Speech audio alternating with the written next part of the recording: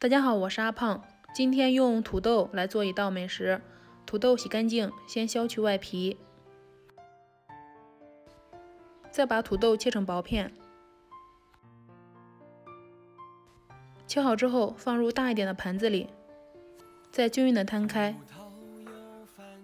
然后放入笼屉内，开大火蒸上15分钟，蒸到像这种比较软烂的状态就可以了。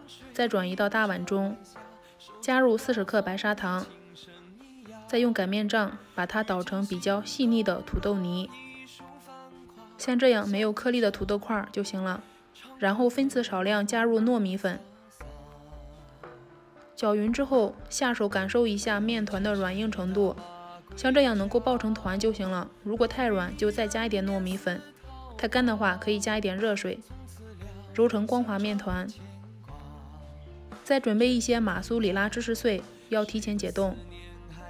面团要揉的瓷实一些，大小和鸡蛋差不多。中间旋出窝窝，放入解冻好的马苏里拉芝士碎。收口时一定要收的严实一些，不要让芝士碎暴露在外面。全部搓成光滑圆溜溜的小球，先放在一边备用。打开电饼铛或者是平底锅，先不开火，刷上食用油。接下来按压成小饼状，全部做好后，选择中火，也就是馅饼模式，再用铲子来回的移动一下，这样可以保证受热均匀。煎至底部金黄后，翻个面。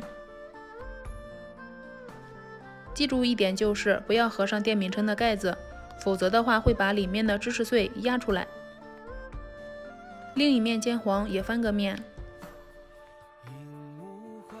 把小饼子边缘还是白色部分没有熟的地方，推到电饼铛的锅边烙一烙，这样可以很快的烙熟。全程大概7、8分钟，差不多就熟了。烙至两面金黄以及边缘熟透，就可以出锅了。都已经忍不住要流口水了，先来打开一个看一看。可以看到是超级拉丝的状态，口感软糯香甜，又有满满的芝士香。这样做老人和孩子也喜欢吃。喜欢的话可以先收藏起来哦。喜欢我的视频就关注我吧，谢谢。